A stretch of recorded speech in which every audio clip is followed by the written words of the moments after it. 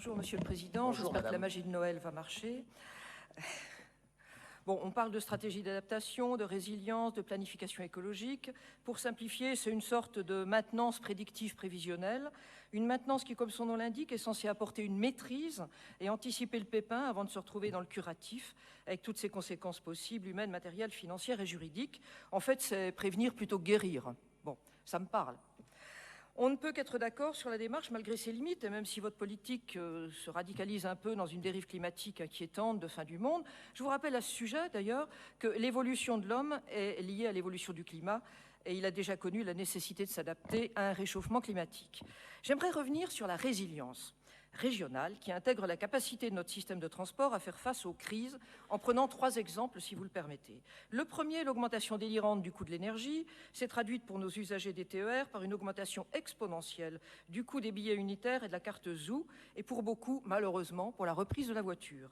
Deuxième exemple, la rationalisation. Ce mot-là, ça amène toujours le mot suppression. C'est ce qui s'est passé pour la circulation des bus.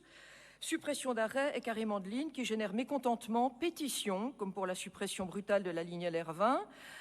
Idem pour les TER, avec colère et vote de motion, comme à Sospel, l'Escarène et Breil, 3 villes qui n'avaient pas besoin de ça, et évidemment reprise de la voiture. Si la résilience, c'est l'art de naviguer dans les torrents, pour les transports régionaux, c'est plutôt compliqué et une formation de Boris Cyrulnik sur l'art de la résilience ne serait sans doute pas une mauvaise idée.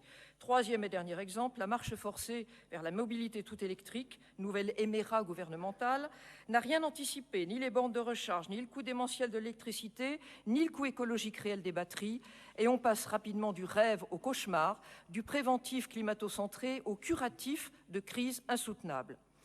En réalité, si le préventif est indispensable, l'exercice est parfois compliqué et nous serons attentifs à son application la meilleure possible dans les transports régionaux.